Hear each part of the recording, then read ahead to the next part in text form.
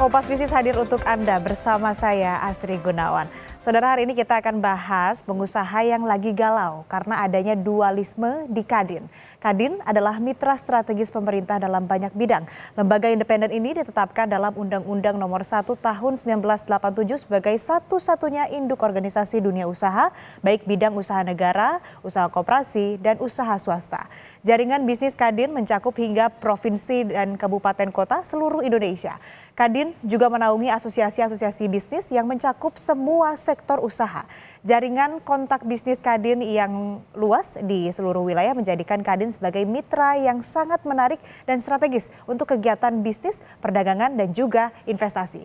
Lalu apa jadinya jika sebuah lembaga independen penentu kelangsungan investasi di Indonesia pecah dan punya dua kepemimpinan? Arsyad Rashid menjabat sebagai Ketua Umum periode 2021-2026 berdasarkan Musyawarah Nasional atau Munas di Kendari, Sulawesi Tenggara pada tahun 2021. Sedangkan Anindya Bakri ini mengklaim sebagai Ketua Umum versi Musyawarah Luar Biasa atau Munaslup pada 14 September 2024 kemarin. Dualisme ini membuat dunia bisnis bingung, bahkan kecewa. Kita ke kekecewaan pertama terlebih dahulu, saudara.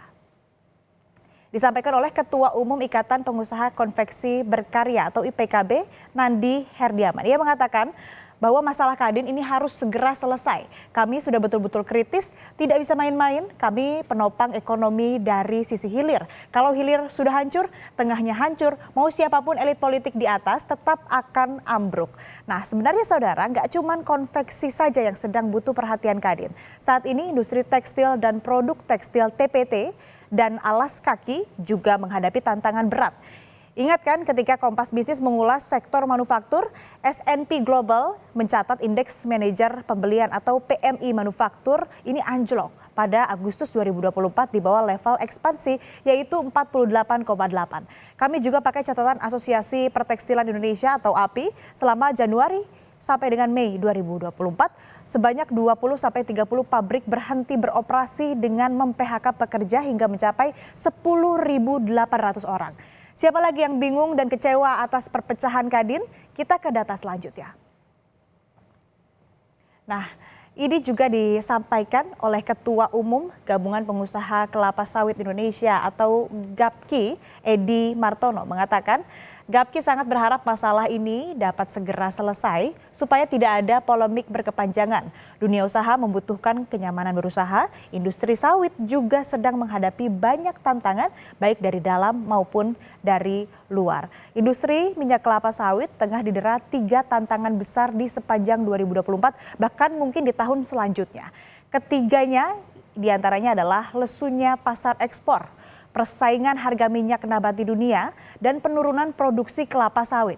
Sawit juga langganan ke sidang WTO. Undang-undang bebas deforestasi Uni Eropa melarang sejumlah komoditas yang berasal dari lahan yang terdeforestasi setelah 31 Desember 2020 masuk pasar Uni Eropa. Komoditas itu antara lain adalah minyak sawit.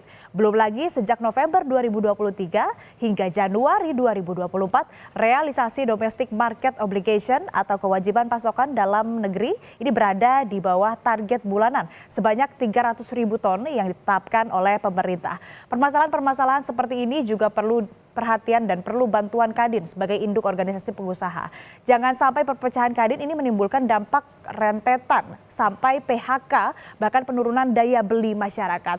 Kadin tidak hanya wadah pengusaha, keberadaannya juga penting bagi kestabilan sosial.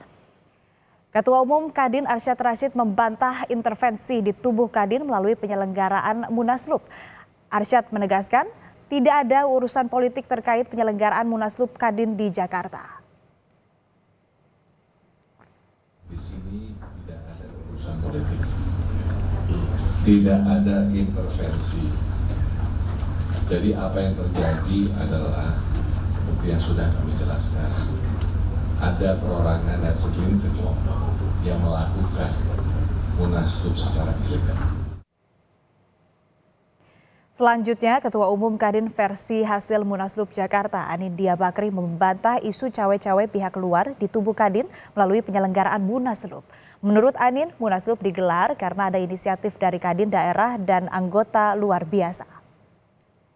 biasa, itu dibilang luar biasa karena seperti Munas biasa, cuma kali ini pengusungnya adalah dari daerah dan asosiasi. Isu-isu bahwa ada pengaruh-pengaruh dari tempat lain kayaknya sih berlebihan ya menurut saya ya.